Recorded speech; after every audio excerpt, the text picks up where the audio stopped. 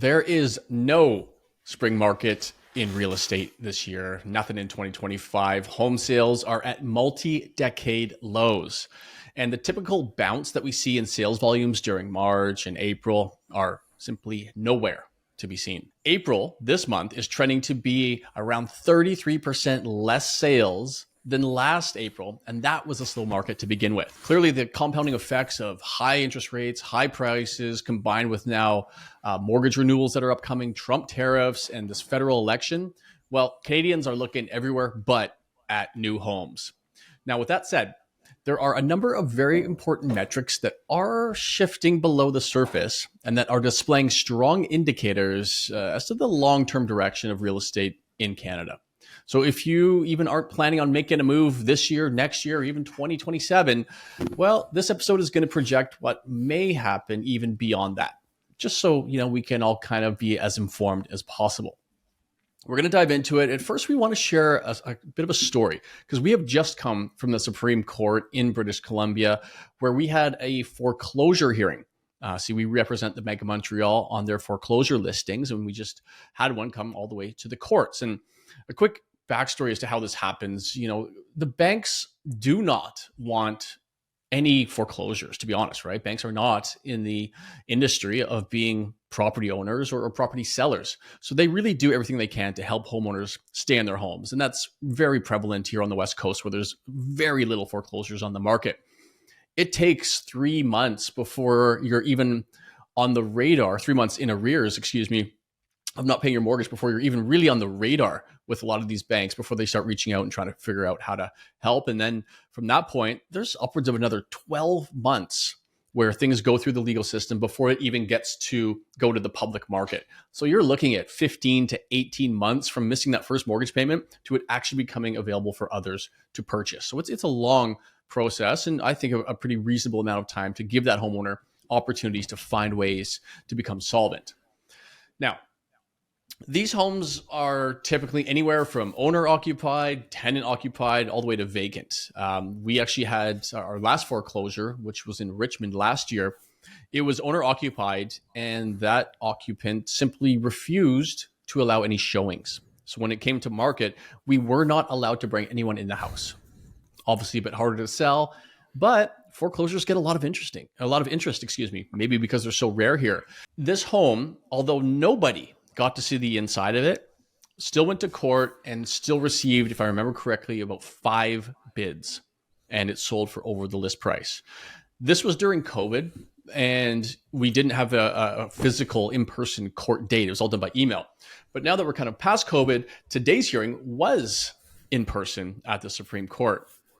And so just so you know, so this property came to market exactly a month ago. It was vacant. Anybody could come see it. We had a tremendous amount of interest, over 50 showings on this property. It got under contract within the first couple of days. And when that offer is accepted and ultimately has no buyer subjects on it, meaning they've performed their diligence, they've removed subjects, it still remains seller subject to court approval. So we had the subject-free offer in place now. That dollar figure, the accepted offer price, is posted to the MLS for realtors to share with their clients along with the court date, allowing them time to prepare if they want to come to the court and present their offer as well. It is done in a blind bid type of scenario, meaning if you want this home, you prepare your offer, you've got all the legal amendments and addendums, everything's prepared. You come with the bank draft in hand, you put your number on paper, everybody has the same completion date, everything else is identical outside of the bid price, the offer price. And you put it literally in an envelope, and those are handed to the judge all at the same time. In this scenario, we had the original accepted offer come back, and they increased their bid, and there were 2 competing offers there. The judge literally opens up the bids in front of everybody. You don't get to see them. You don't get to see the other prices. And then in this case, it was a woman. She literally just read out the winning number and the purchaser's name. Very interesting. It's very dry procedure, but that's kind of an insight into how it goes. There was all sorts of the courtroom we were in, it probably sat, 70 people. It was absolutely full, and there was standing room only. It was flooding out the doors because they were presenting about, I mean, I don't even know because we only sat through to our hearing, but there must have been upwards of a dozen foreclosures that were being read out and ultimately sold right then and there. Very unique again. And the actual process of ours, or any of them, I guess, maybe 10 minutes, Ryan? That was sort of my takeaways. What did you think? How did you find that process today? Yeah, I mean, it was interesting. At the end of the day, I think it sort of reminded me that there's a lot of people that are struggling, despite the fact, the process itself was eye-wateringly boring. But that being said, the judges or perspective, they've got a duty to uphold the law, right? And so, at the end of the day, there's the mortgage holder on the other side, and they don't do this because they want a charity. They do this to make money, and in many instances, I think in every instance, every person who was defaulting on their mortgage certainly had an opportunity to make it right. Very few did. I mean, very few people responded or even showed up, right? So, from that perspective, it was interesting. But yeah, when it came down to our bid, it was very interesting to watch. Clearly, keep scratching your head because this was not a cheap home, and there were multiple offers on a cheap home above the list price in a downward market, and it's just it's kind of hard to peg, Dan. Yeah. Well, I wanted to share the actual pricing here too. So we were listed at 3.3 million for a very large, newer detached home in Richmond. The accepted offer price was just below that, 3,268,000. As mentioned, there were 3 bids on this, and the final sale price, 180,000 over the original ask price. So it went for 3.48 million. Big number. And ultimately, again, the foreclosure element obviously garnered a whole bunch of interest in this property, but the sale price is not like it's a discount, right? If that same identical property hit the open market, I would peg it, very much at or even above market value is what it's sold for. So foreclosures don't mean discounts all the time. Absolutely they can, but you got to think this is one of the slowest markets we've seen in decades, and people are clamoring to pay, 4 or 5%, 6% over a list price on a certain property, right? There's tiny little pockets that do this, but it's obviously an outlier. Definitely, it was a nice house too. But that aside, let's move on here. Let's move on to the employment figures, because this was very, very interesting. The latest Canadian jobs numbers were out, and they are the worst since 2022, posting a net loss of 32,600 jobs and seeing the unemployment rate rise to 6.7%. Expectations were a 15,600 unit job increase. So that's a huge swing to the downside. And unfortunately, it gets worse. Where you look at a place like Toronto, the unemployment rate is now 8.8%. That's up a full 3% off the lows of 2022. Most of these losses are in the private sector too. The public sector remained very little unchanged for the 3rd consecutive month. What's more is the number of Canadians out of work for longer periods of time is also growing. As of March, 42% of unemployed workers had been out of work for at least 12 months. And that's a notable increase from the 35% registered just a year earlier. The landscape is pointing towards further increases in unemployment. I don't think that comes as a huge surprise considering the week we've just gone through. And clearly, it's going to be harder and longer for people to find that work. It's getting worse, right? Plus, businesses surveyed showed their intentions of hiring has now flipped negative, right, as of last month, marking only the 3rd time since 2009 that this has happened. This is comparative to the global financial crisis and the COVID depths. It's not a good sign for our economy by any yardstick. The worst report in over 3 years has now sparked expectations of another rate cut at the April 16th meeting, to the tune of about a 60% likelihood.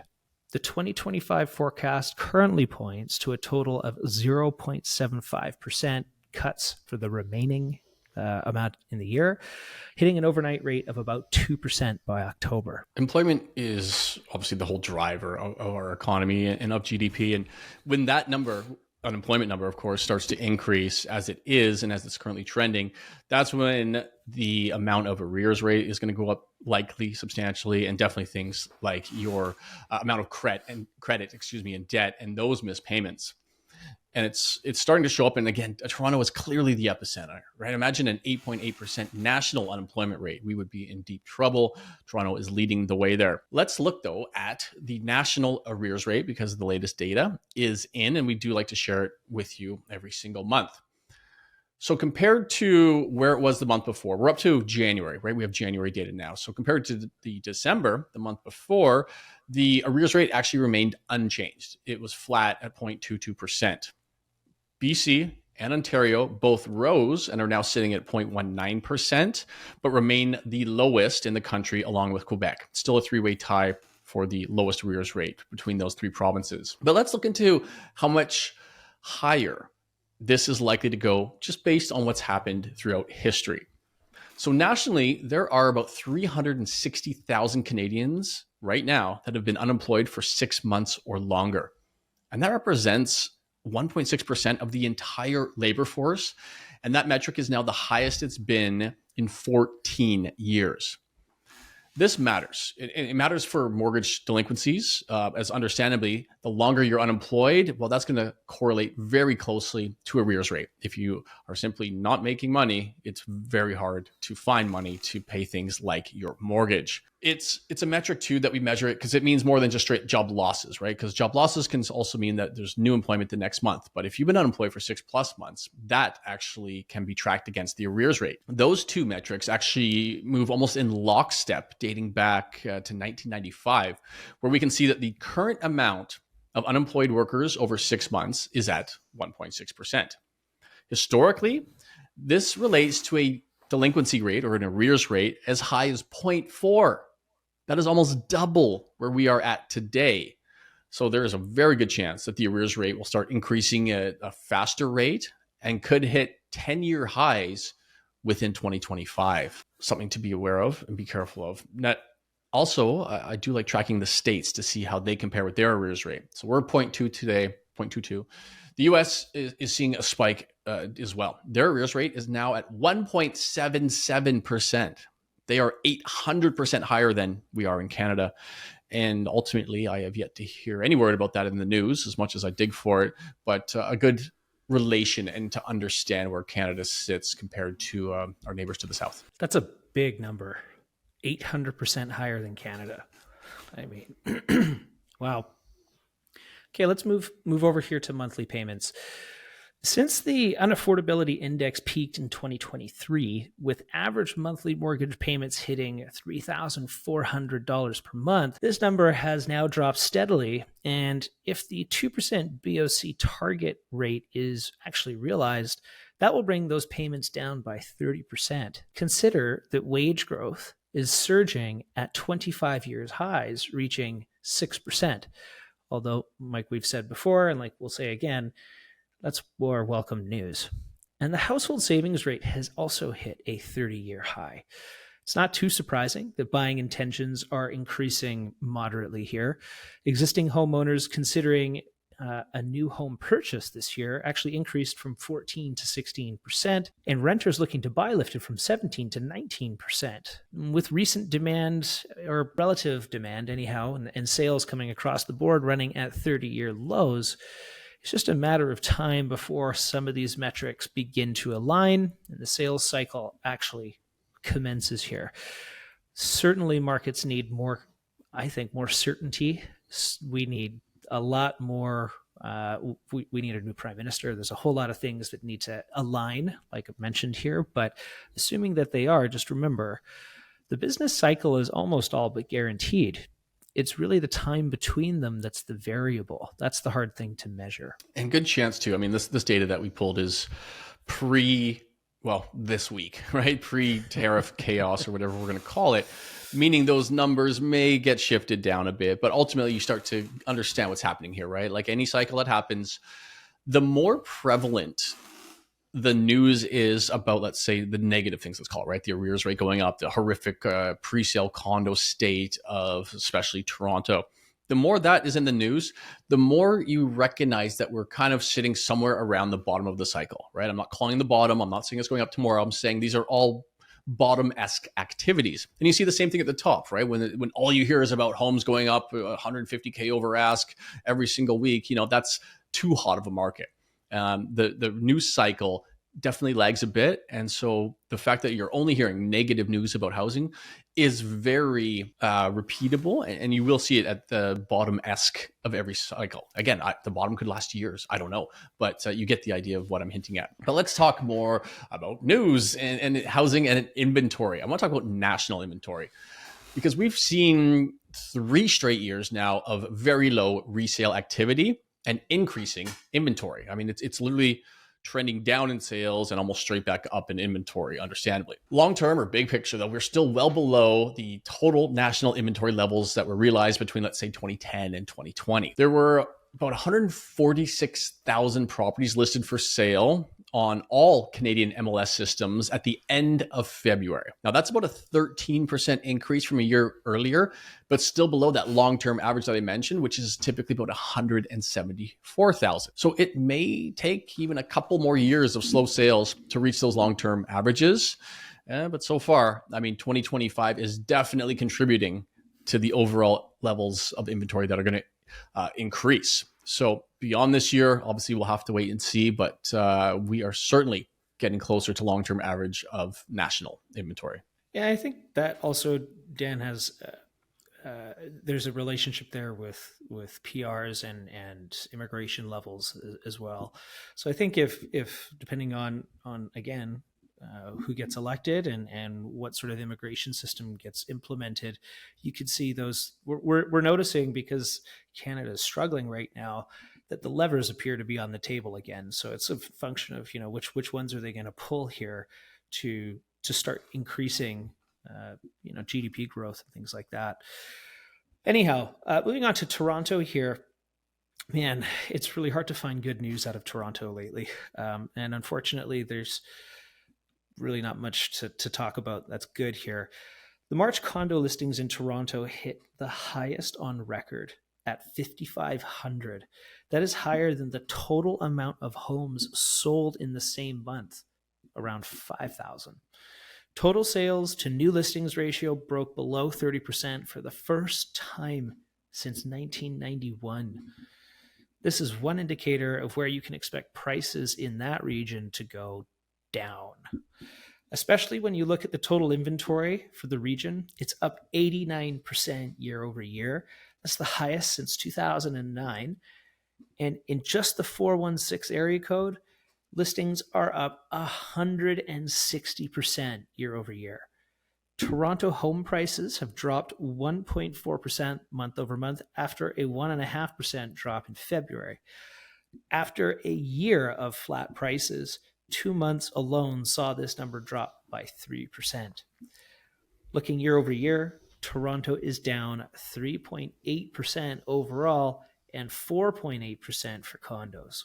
Hard to see that number go anywhere but down in the near future. They're just exacerbating the extreme scenario that can be within real estate when people take their foot off the buying gas, and when rates are too high and prices are too high and completions ultimately are all happening almost simultaneously here. You're going to see prices continue to drop and maybe quite dramatically in that neighborhood. Let's talk then about homes under construction, because the overall number there, it definitely continues to drop, right? They've peaked, they've rolled over.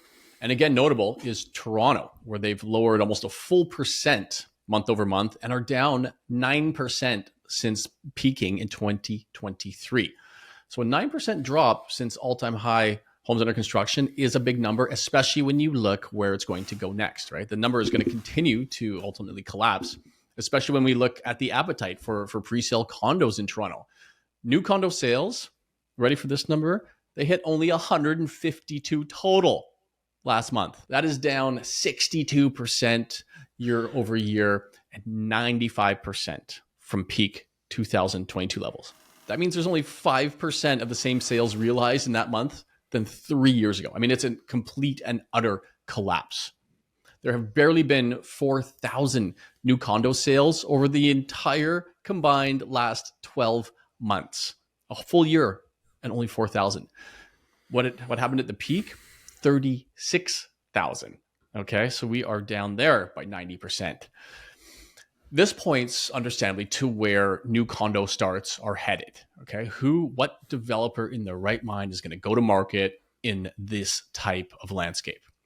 By 2029, it is estimated that less than 5,000 new completions are going to take place for that region. That's again, collapse in completions. So today, sure, it feels like we are well stacked for inventory, but because the pendulum swings so far either way, you're starting to be able to foresee where and what might happen by the time 2029 hits. Okay. So again, 5,000 completions for the region. Compare that to the more than 30,000 completions that are taking place this year. So at some point over the next 4 years, there looks to be a shifting, a metric, a point ultimately where it makes sense again for a select type of buyer to maybe get back into the pre-sale condo space with the, of course, expectation of those historical price appreciations. Now, I know this is contrary to what everybody else is doing right now, but it's important to sometimes look the other way when we are in an extreme market. In the same way, when things are overheated and there's 30 bids on every single listing, maybe it's not the right time to buy, right? Maybe it is too hot. And now I'm not saying it's too cold, but I'm saying just be informed and maybe plan 4 or 5 years out, okay? Because people, sure, they ain't touching them this year. Obviously, the numbers don't lie, but maybe people and maybe this type of property starts to become more attractive come 2027, 2028. I mean, so much can happen between now and then, but you get the idea here. Lots can happen. But at some point, I believe investors will come back to the condo market as being an asset class that they can profit from ultimately, right? They're looking to make gains here. Because, I mean, consider this. At the current average condo price in Toronto and the average mortgage rate and the average rents, which obviously are down, purchased today, the average condo would actually provide a positive return of about $200 per month, although when you consider in that principal pay down. Okay, you take that element out of the equation, and yes, you are still negative $600 a month, right? So clearly, that's not a very desirable investment at all, or at least yet. Okay, but do note these returns are actually at a 3-year high and improving. So this is taking current rents into consideration, which are well off their peaks in Toronto, well off their peak of about 13%. And yet, because condo prices are coming down so much and interest rates are coming down, that it all washes out at $200 positive, including long-term appreciation. So again, I'm not saying anybody go and buy a Toronto condo today, but I'm saying keep an eye on the trend, right? The trend is your friend, and this may dictate where things go in the future. But right now, it is one of the most troubled properties and asset classes out there. I think that's it. Ryan, any famous last words to contribute to this episode from our very interesting week that we've had? Yeah. Considering everything that's gone on this week, market's down 5 trillion, then they're up 3 trillion, and now down again today, I don't know, another trillion. Like the amount of damage that's being done, both just not just in the real estate market, but also in the financial markets. I really would suggest if you have a low risk tolerance, just don't do anything right now. Let this dust settle. I think once it's settled, like Dan, like you're mentioning here, then some of these investment opportunities might look better than they do even today, right? So I think patience in an environment like this is your friend. When there's trade wars and all these differences of opinions going around, opportunities will pop up, but you got to start looking for them because you're going to see a sea of red. But if you're sitting on some dry powder and you're looking around and you're seeing good quality businesses, good quality properties, in great areas, some of those things will never change, right? So assuming that still makes sense, there's going to be opportunity, but it's probably not yet. For sellers on the market as well, don't be too offended by lowball offers, right? A lot of people are just trying. because 1 in 10 seller might be actually extremely motivated. So we're seeing some, well, let's just say very low offers coming across the board, and that's okay, right? Ultimately, if they're rejected, they're rejected. But also, when sellers do see something that is quite reasonable, I mean, you got to take it serious, because buyers have more choice now than they've had in quite some time, and that is only going to exacerbate and become more one-sided towards buyers over the foreseeable future, right? There's a no spring market whatsoever, and inventory will continue to pile up definitely in May and maybe even June here. And then I think summer is going to be one of the slowest we've seen. But who knows? There's a billion things that could happen between now and then that actually flip the switch. But, my dog agrees. Okay. Either way, we now have a guest appearance from Mushu. Thanks so much, as always, for tuning in, listening, watching. Enjoy the markets out there. It is anything but dull, and we will see you here next week. Bye.